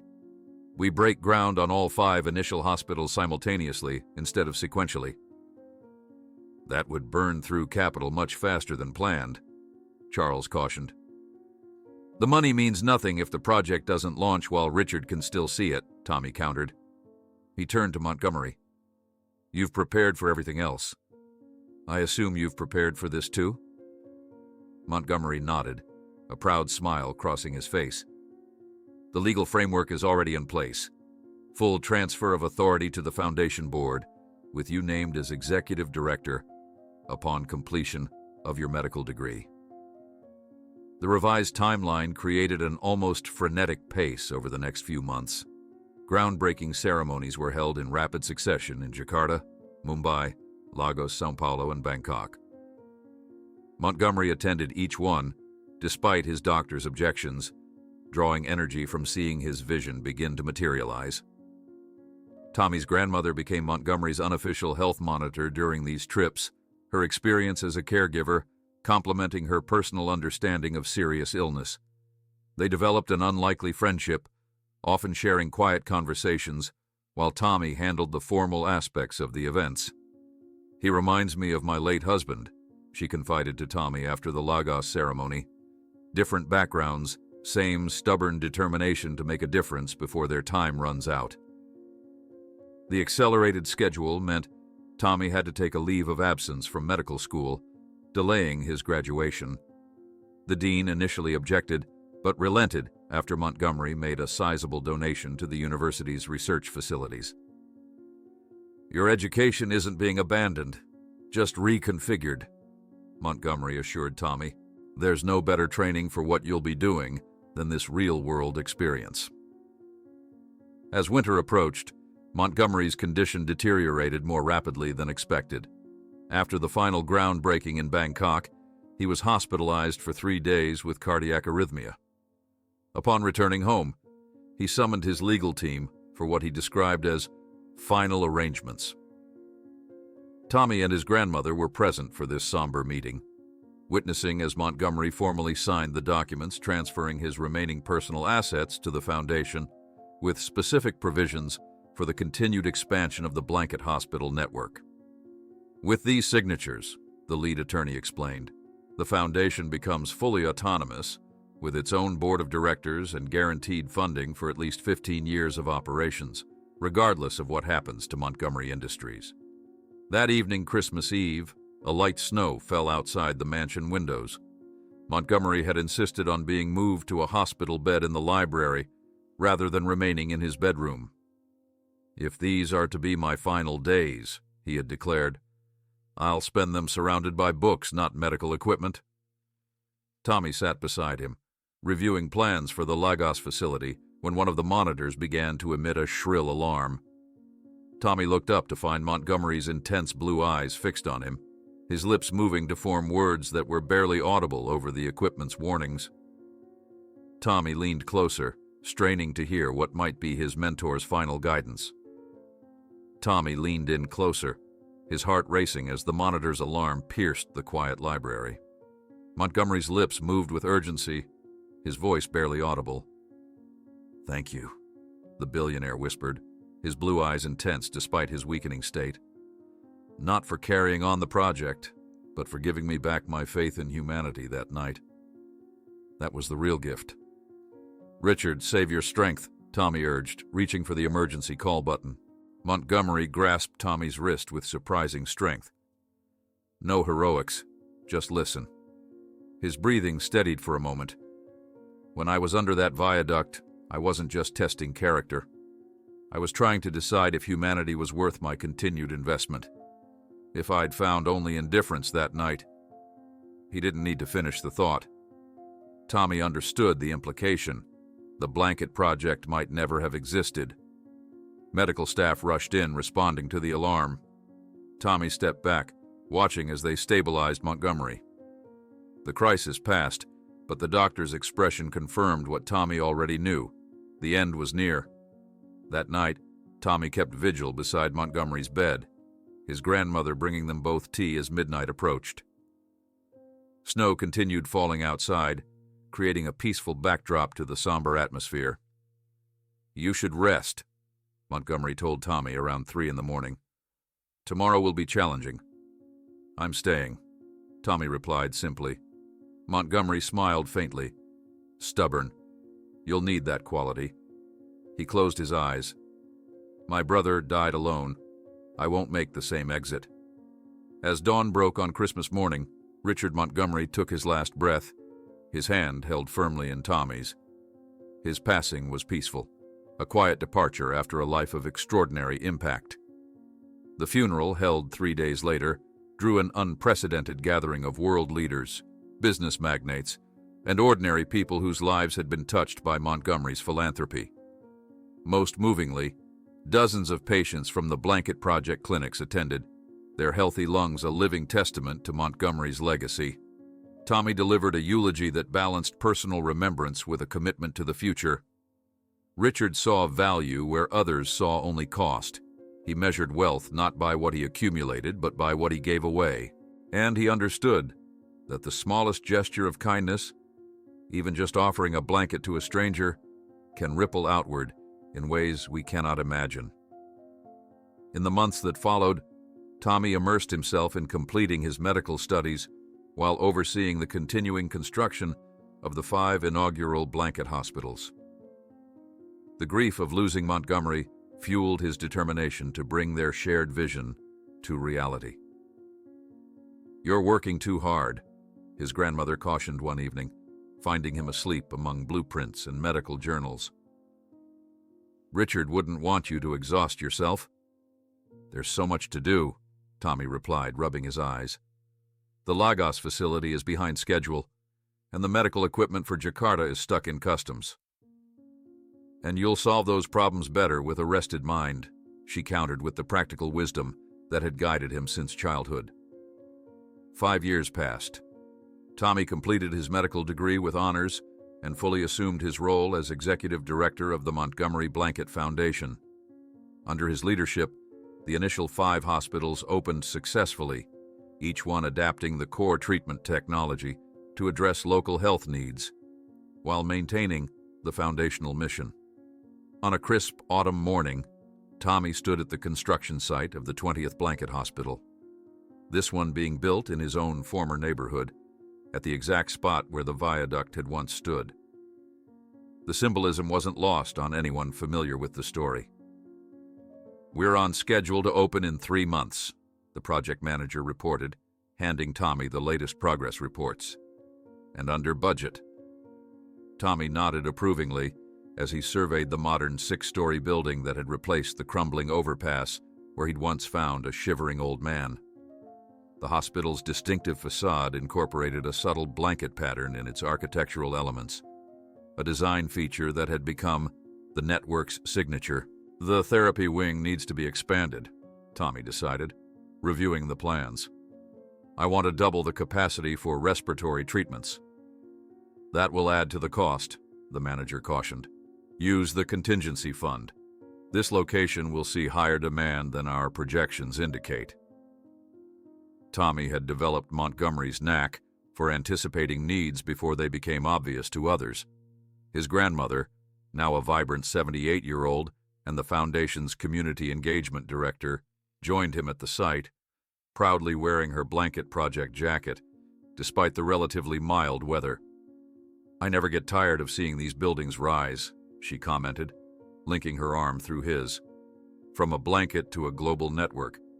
It still seems impossible sometimes." "Richard would say nothing is impossible when enough people care," Tommy replied. The opening ceremony for the 20th hospital drew media attention from around the world. The Blanket Project had become a recognized model for effective healthcare delivery in underserved communities, with a documented success rate that had begun influencing public health policies internationally. Tommy, now a confident 28-year-old physician executive, addressed the gathered crowd from a podium set before the hospital's main entrance. 8 years ago, the treatment developed for my grandmother was experimental and cost $1 million, he began.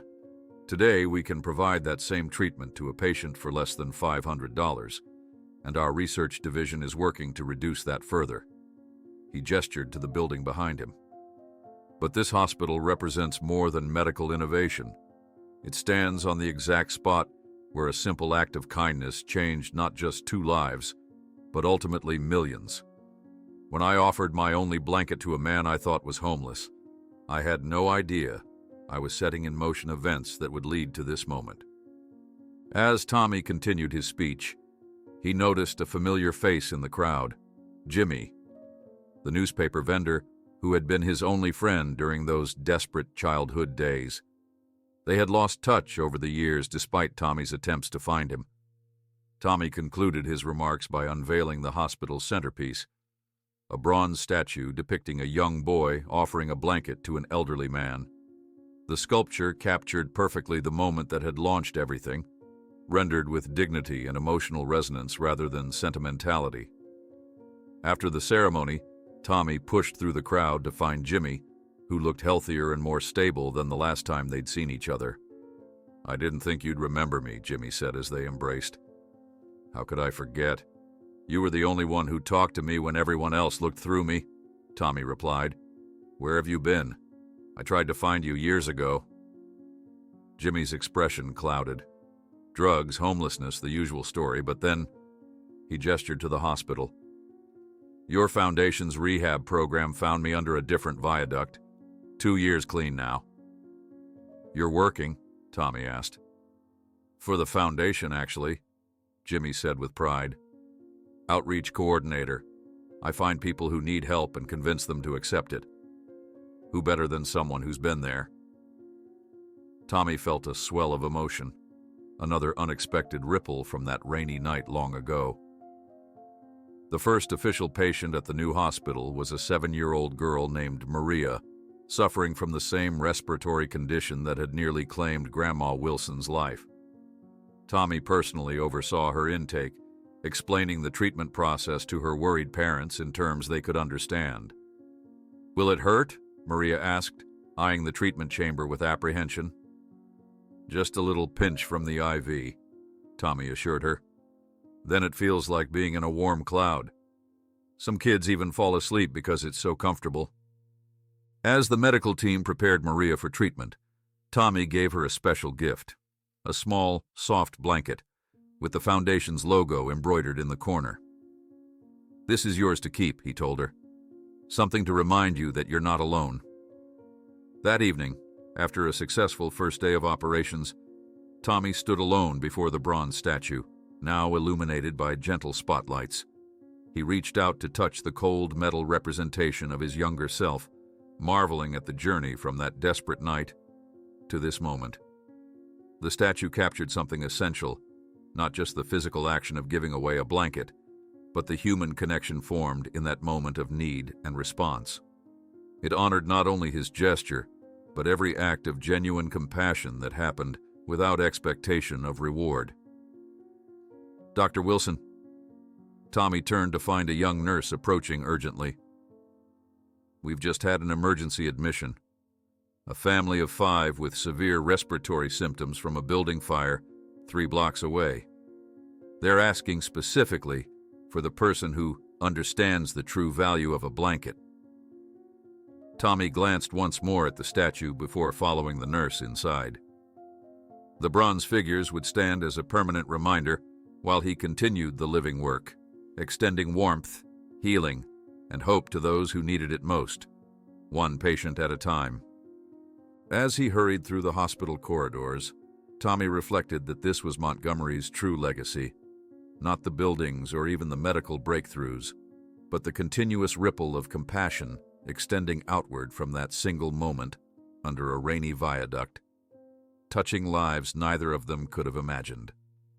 While the night fell over the new hospital, Tommy paused alone before the illuminated statue, touching the cold bronze that represented his gesture from years ago, when a nurse approached hastily. "Dr. Wilson, we need you. An entire family just arrived with severe symptoms, and they're specifically asking for the person who understands the true value of a blanket."